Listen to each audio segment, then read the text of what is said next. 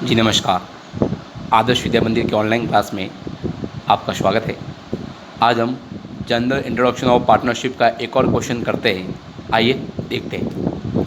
एक क्वेश्चन है, के और आर 3:2 के अनुपात में लाभ विभाजन करते हुए साझेदार थे। साझेदारों के मध्य निम्न शर्तें तय हुई।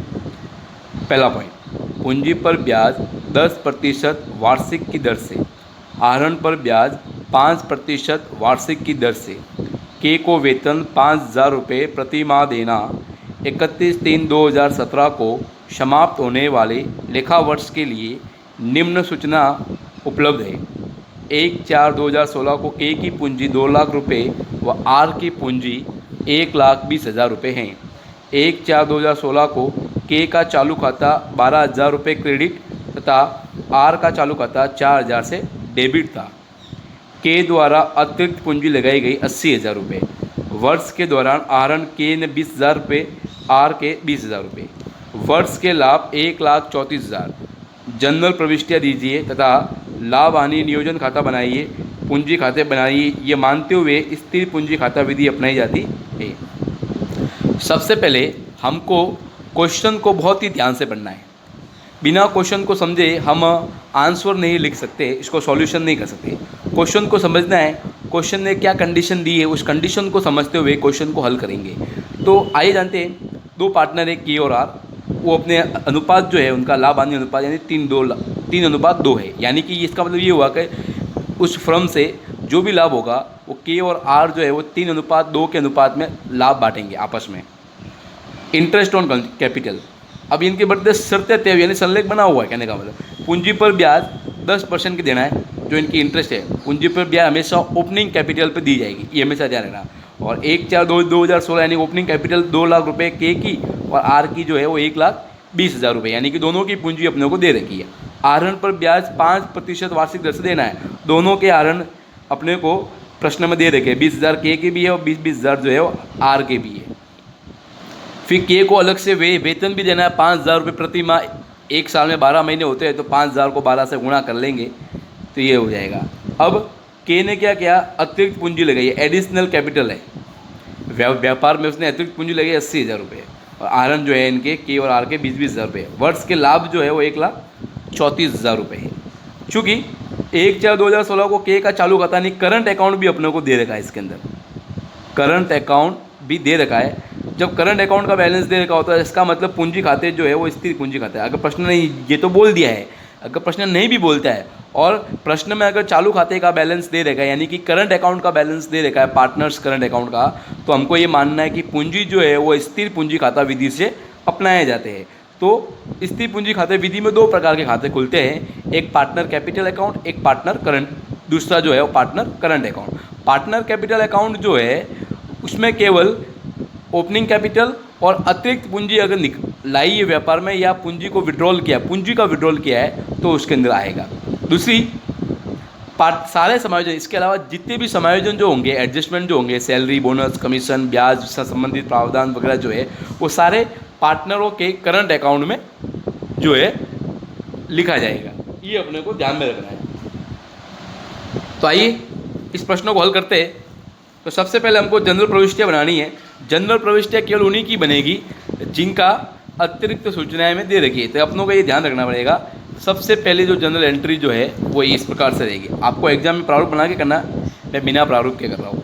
सबसे पहले इसमें लिखा है कि के द्वारा अतिरिक्त पूंजी लगाएगी। व्यापार में पूंजी लगाने की एंट्री क्या होती है, हमको पता है ना, अभी हमने 11 में पढ़ा है, cash account, debit to capital account, ये हमारी एंट्री होती है।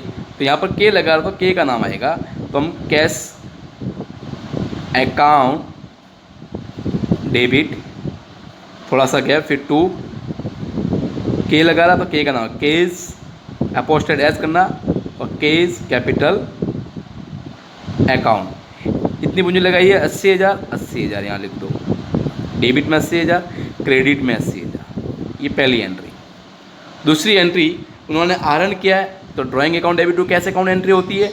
अब पार्टनर ने आहरण किया तो पार्टनरों के नाम डेबिट कर लेंगे हम। तो K's drawing account debit R's drawing account debit to cash drawing account debit, आज ड्राइंग अकाउंट डेबिट और आर उन्होंने कैश में किया इसलिए टू कैश अकाउंट। 20,000 इधर 20,000 डेबिट के टोटल कितना हो गया 40,000 का उन्होंने आहरण किया। फिर जो जो पॉइंट क्लियर होते हैं उनको टिक लगा दो ताकि अपने को ध्यान में रहे। ये पीएल एप्रोवेशन में जाएगा लाभ। अब यहाँ पर देखिए पूंजी पर ब्याज 10% की देना, पूंजी पर ब्याज फर्म के लिए खर्चा है इसलिए हम क्या करेंगे डेबिट करेंगे इसको। तो interest on capital account debit थोड़ा सा क्या फिर to interest on capital account debit to K's account. अब केस करंट अकाउंट लिखेंगे, क्या लिखेंगे to K's current account to R's current account, क्योंकि हम चालू खाता यहाँ खोलेंगे कि पूंजी जो है वो स्थिर है, सारे ट्रीटमेंट जो है वो हम क्या करेंगे करंट अकाउंट में करेंगे। तो interest on capital account debit, अब कितनी कैपिटल है तो देखो ये 2 लाख दे रखा है अपने को, इस 2 लाख का 10%, तो 2 लाख का 10% जो है इतना होता है 2 लाख का 10% कितना होता है 20,000। देखो के लिए मैं एक ट्रीटमेंट एक वर्किंग नोट बनाता हूँ।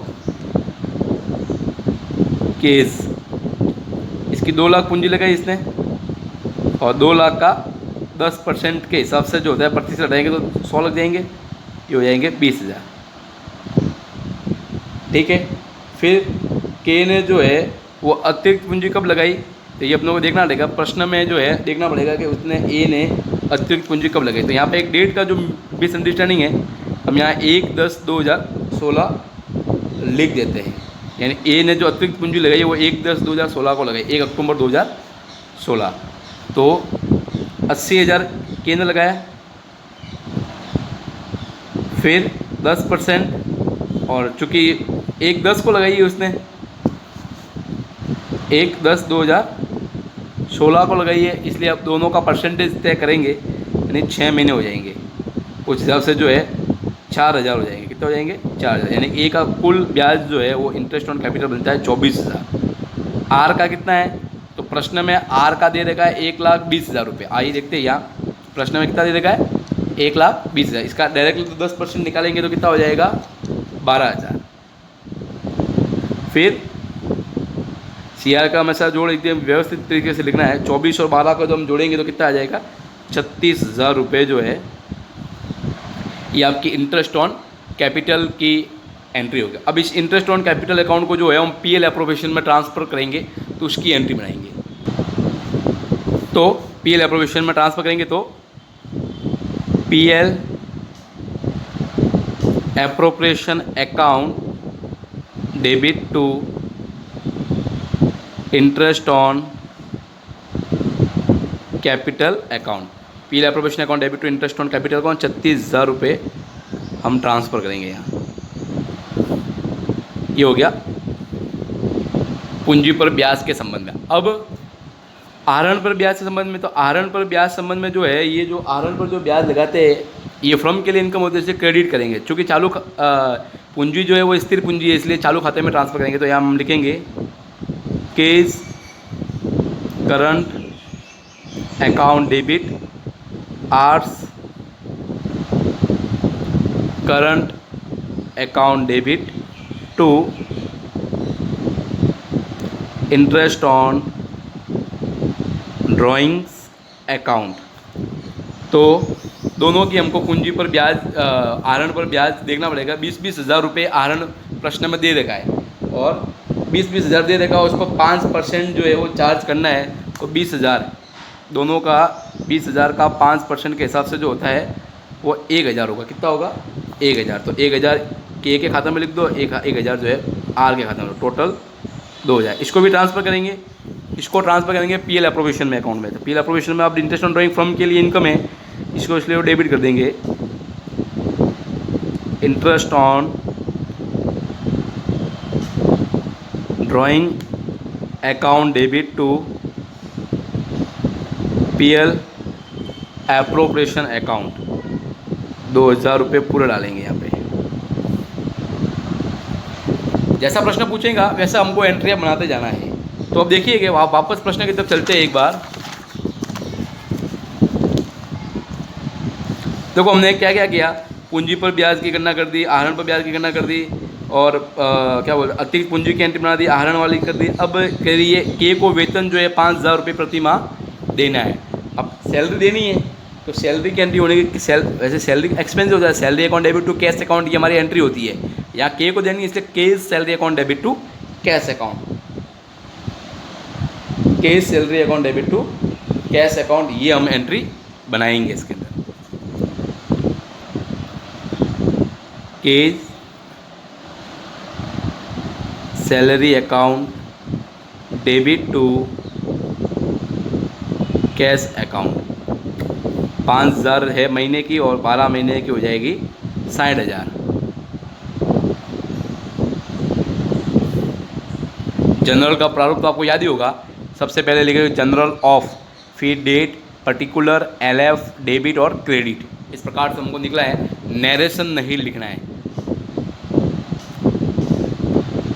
तो सैलरी की भी एंट्री होगी। अब अपने पास केवल जो रहा है वो आहरण रहा है। इस आहरण को के का आहरण और आर के आहरण को जो है हम के और के का आहरण के चालू खाते में ट्रांसफ़र करेंगे, आर का आहरण जो है वो आर के चालू खाते में हम ट्रांसफ़र करेंगे। तो आइए देखते हैं इन दोनों की एंट्री किस प्रकार से बनेगी। सबसे पहले के की करते हैं, तो केस करंट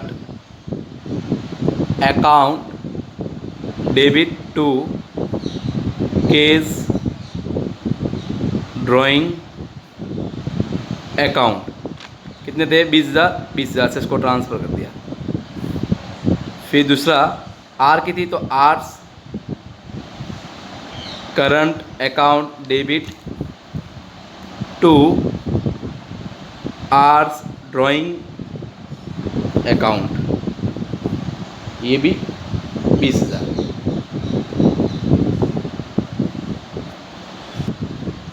उसके बाद जो पीएल अकाउंट का जो प्रॉफिट दे देगा उसको भी हम पीएल अप्रोवेशन अकाउंट यानी लाभ हानि डिवीजन खाते में ट्रांसफ़र करेंगे। क्योंकि प्रॉफिट दे देगा इसलिए इसके सीआर में जाएगा, इसलिए PL account debit to PL appropriation account 1,34,000, 1,34,000। उसके बाद एक और एंट्री बनेगी लाभ हानि की, पीएल एप्रोवेशन के लाभ हानि की एंट्री बनेगी, लेकिन वो हमको टी टेबल बना के या खाता बनाना पड़ेगा उसके लिए पहले। फिर उसके बाद अपने को मालूम चलेगा कितना प्रॉफिट या कितना लॉस हुआ है। आइए देखते हैं पीएल एप्रोवेशन में किस प्रकार से हम ट्रांसफ़र करेंगे। सबसे पहले लिखना है net profit by net profit, जो प्रश्न में दे रखा था 1,34,000। फिर आपको मैंने बोला जो जो पार्टनरों को देना है वो हम डेबिट में लिखेंगे।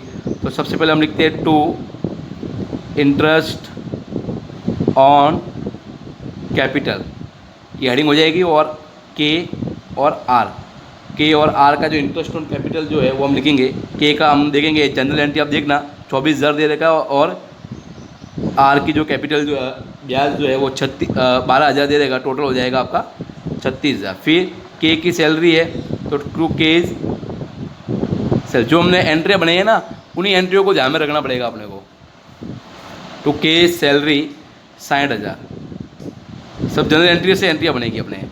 फिर उसके बाद जो है इंटरेस्ट ऑन ड्राइंग था तो हम लिया लिखेंगे बाय इंटरेस्ट ऑन ड्राइंग, के और आर दोनों का जो है वो 1,000 रुपये था।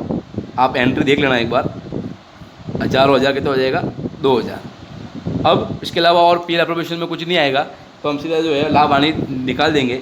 लाभ हानि निकालने के लिए दोनों साइड से जो है खाता बंद करेंगे, जिस साइड की जोड़ ज़्यादा होगी उसकी टोटल को दोनों तरफ लिखेंगे। तो 1,34,000 में 2,000 जोड़ेंगे तो कितना हो जाएगा 1,36,000। सीआर की जोड़ ज़्यादा है, इसका मतलब ये हुआ कि प्रॉफिट हुआ, कितना क्या हुआ प्रॉफिट। 1,36,000 में से 60 और 36 96,000 को इसमें से माइनस कर देंगे तो जो बचेगा वो आपका क्या हो जाएगा प्रॉफिट। तो लगभग 40,000 रुपये प्रॉफिट बचेगा। इसको ट्रांसफ़र करना, चूँकि ये स्थिर पूंजी खाता विधि से हम सवाल कर रहे हैं इसलिए इसको करंट अकाउंट में ट्रांसफ़र करेंगे। तो यहाँ लिखेंगे to part profit transfer to current account, profit transfer to current account, और के और आर का प्रॉफिट। चूँकि इनका अनुपात दे रखा था प्रश्न में अपने को 3:2। इस 3:2 में हमको इसको बांटना है। तो 40,000 का 3:2 करने के लिए वो अगर किसी को नहीं आता तो मैं देख कर लेता हूँ। 40,000 जैसे के का निकालना है तो 40,000 इंटू के का अनुपात कितना है 3, अनुपातों का योग कितना हो जाएगा 5। ये ऐसे नहीं निकालेंगे। उसी प्रकार से आर का भी ऐसे कैसे निकालना है अपने को।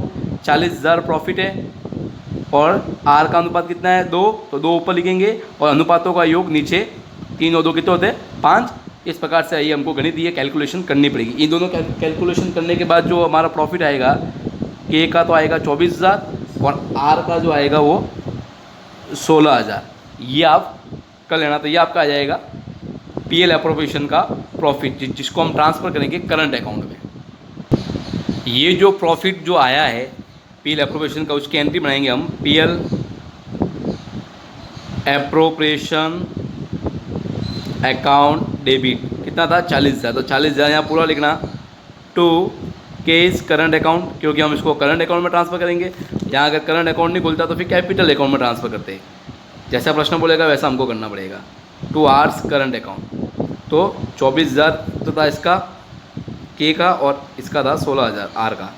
ये प्रॉफिट की एंट्री होगी, यानी एंट्री अपनी पूरी हो गई है। अब जो है हमको ट्रांसफ़र करना है पार्टनर कैपिटल अकाउंट। चूँकि यह स्थिर पूंजी खाता विधि से हम कर रहे हैं, इसलिए पार्टनर कैपिटल अकाउंट में केवल पार्टनरों के ओपनिंग कैपिटल और एडिशनल कैपिटल और कैपिटल अगर कोई विड्रॉल हुआ है, इन तीनों का ही समायोजन होगा। इसके अलावा किसी भी एडजस्टमेंट का पार्टनर कैपिटल अकाउंट के अंदर समायोजन नहीं होगा। आइए देखते हैं। तो आइए, ये हमारा पार्टनर कैपिटल अकाउंट है। डेट पर्टिकुलर और जितने भी पार्टनर होंगे उन सबके कॉलम बनेंगे। डेबिट साइड में लगभग डेट पर्टिकुलर के और आर का बनेगा। ऐसा कैसा सीआर साइड में भी जो है डेट पर्टिकुलर के और आर का कॉलम बनेगा। सबसे पहले अपने को लिखना है बाय बैलेंस बीडी, यानी ओपनिंग कैश कैपिटल का बैलेंस कितना था प्रश्न में दे रखा था 2 लाख और 1,20,000। वहाँ से हमको देख के लिखना है इसको 2 लाख और 1,20,000। कौन सी तारीख को था ये, तो 2016 अप्रैल 1। डेट लिखने का तरीका, सबसे पहले साल लिखेंगे, फिर महीने का नाम और फिर डेट लिखेंगे। फिर क्या हुआ कि के ने 80,000 रुपये अतिरिक्त लगा। आप प्रश्न देखना, उसमें लिखा हुआ के ने अतिरिक्त पूंजी लगाई। कब लगाई थी, अक्टूबर में, तो अक्टूबर 1 बाय कैश लिखेंगे। क्या लिखेंगे, बाय कैश अकाउंट। और क्वेश्चन में लिख दो बोली कि किस चीज़ का कैश है, तो एडिशनल कैपिटल। और के न लगाई तो के खाते में डालेंगे 80,000 रुपये, और यहाँ आर में क्या कर देंगे डैश। क्योंकि अब डेबिट साइड में कुछ भी नहीं आएगा, क्योंकि इन्होंने कैपिटल विड्रॉल नहीं किया है। तो जब कैपिटल विड्रॉल नहीं किया है तो फिर जो है हमारा ये अकाउंट जो है वो पूरा हो गया। हम इसको बंद कर देंगे दोनों साइड से। दोनों साइड हमेशा समान रहेगी। बंद करते हो तो फिर अपने को स्केल से करना है, केवल अमाउंट के कॉलम को बंद करना है अच्छे से।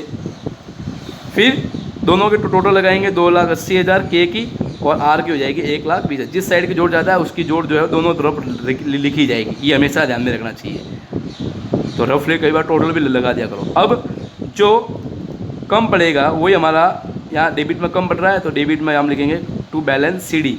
ये यहाँ लिखेंगे बी एफ, बैलेंसिंग फिगर में के का 2,80,000 पूरे के पूरे कम पड़ रहे हैं, यहाँ 1,20,000 आर के अंदर पूरे के पूरे।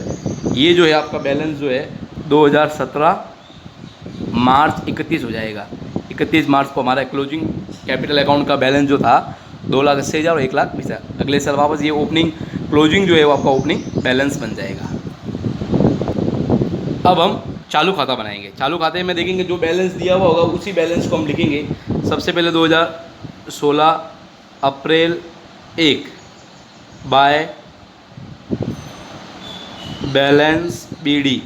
के का जो सीआर बैलेंस था तो हम सीआर में लिखेंगे इसके, और आर में डैश कर देंगे क्योंकि आर का डीआर बैलेंस था। वापस डेट लिखेंगे 2016 अप्रैल 1। यहाँ हम लिखेंगे टू बैलेंस बीडी। के में डैश करेंगे और आर में जो इसकी बैलेंस दे रखा था 4,000 रुपये वो हम लिखेंगे। आप प्रश्न देखिए ना, प्रश्न में सब कुछ लिखा हुआ है, ये अपने को ध्यान रखना। तो ये था पार्टनर करंट अकाउंट के बैलेंस के बारे में। आइए, सारे समायोजन जब अब इसमें ही होंगे जो जो पार्टनर को देना है उसकी हम यहाँ एंट्री करेंगे बाय इंटरेस्ट ऑन कैपिटल।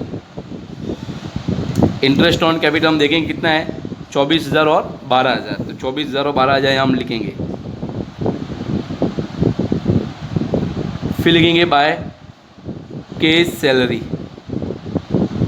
के की सैलरी कितनी थी, 60,000। हमने ऊपर लिखा। देखो सीधी सी बात है, पार्टनर कैपिटल अकाउंट और करंट अकाउंट में जहाँ जहाँ अब तक पार्टनरों का नाम डेबिट या क्रेडिट में आया है, जहाँ पर भी ये नाम आया होगा, हमको उसकी प्रविष्टि पार्टनर करंट या पार्टनर कैपिटल अकाउंट के अंदर करनी ही है। ये हमेशा अपने को ध्यान में रखना है। तो यहाँ देखो अपने लिखा हुआ केस सैलरी 60,000 या इंटरेस्ट ऑन ड्राइंग, देखो कि ये क्रॉस में एंट्री करनी है। यहाँ इसके सीआर में लिखा हुआ है पी अप्रोवेशन के, तो इसके डीआर में जाएंगे, और डीआर में लिखा है तो इसके सीआर में जाएंगे, यानी क्रॉस एंट्री अपने को करनी है। ये हमेशा ध्यान रखें, खतौनी हमेशा क्रॉस में होती है, ये अपने को ध्यान। और खुद की बही में खुद का नाम नहीं आएगा, ये हमेशा ध्यान रखना है। ये नया कुछ भी नहीं है, खाता बनाने का तरीका वैसे ही है जैसे हमने किया था। यहाँ हम लिखेंगे to interest on drawing. Interest on drawing जो है वो कितना था, तो इंटरेस्ट ऑन ड्राइंग 1,000 और 1,000 था, और टू ड्राइंग भी था क्योंकि ड्राइंग को भी अपने करंट अकाउंट में ट्रांसफ़र किया था, तो 20,000 ये भी ट्रांसफ़र कर देंगे हम यहाँ पे। इसके अलावा सैलरी हो गई, इंटरेस्ट ऑन ड्राइंग हो गया, इंटरेस्ट ऑन कैपिटल। अभी ये पीएल एप्रोप्रिएशन का जो प्रॉफिट जो है ये भी हमको पार्टनर्स करंट अकाउंट में ट्रांसफ़र किया था, तो 24,000 16,000 ये भी जो है उसके अंदर आ जाएगा। हम यहाँ लिखेंगे बाय पीएल एप्रोप्रिएशन। खुद की बी में खुद का नाम नहीं लिखना, बस ये ध्यान रखना। बाय पीएल एप्रोप्रिएशन अकाउंट 24,000 और 16,000। खाते हमेशा जब बंद करते हो तो 2-4 लाइन छोड़कर ही बंद करना चाहिए, ताकि कोई मद अगर रह गई होगी कोई आइटम्स तो हम उसके अंदर लिख सकते हैं। क्योंकि एक बार बैलेंस शीट लिखने के बाद फिर कुछ भी नहीं लिखा जाता है, वैसे नॉर्मली ये होता है कहने का। आइए टोटल लगाते हैं। तो सबसे पहले आर का खाता बंद करते हैं। तो आर का खाता बंद करते हो तो 28,000 इसकी टोटल होती है सीआर की, और डीआर में कम बढ़ रहा है, जिस साइड की जोड़ ज़्यादा है उसको दोनों तरफ लिखेंगे। आर में 28 है तो यहाँ पर 28 लिखेंगे, और इतना कम बढ़ रहा है इन सबको जोड़ देंगे सीआर साइड वाले जोड़ को, तो 20 और 1 21 और 4 25। 28,000 में 25,000 घटाएंगे तो पीछे बचेंगे 3,000, ये आपका बैलेंस सीडी हो जाएगा। 2 लिखेंगे, 2 बैलेंस सीडी। इन सबको जोड़ेंगे 12 24 60 और 24 को जोड़ेंगे तो 1,20,000 हो जाएगा। 1,20,000 यहाँ पर भी हम लिखेंगे। इसमें से 21,000 लेस करने के बाद जो बचेगा 99,000, ये आपका बैलेंस सीडी हो जाएगा। क्या हो जाएगा, तो ये था पार्टनर्स कैपिटल करंट अकाउंट से संबंधित और पीएल एप्रोप्रिएशन से संबंधित क्वेश्चन था। बहुत ही अच्छा क्वेश्चन था। ये क्वेश्चन जो है हमको वापस एक बार जो है आपको समझते हुए इस क्वेश्चन को वापस आपकी अपनी कॉपी के अंदर करना है। धन्यवाद।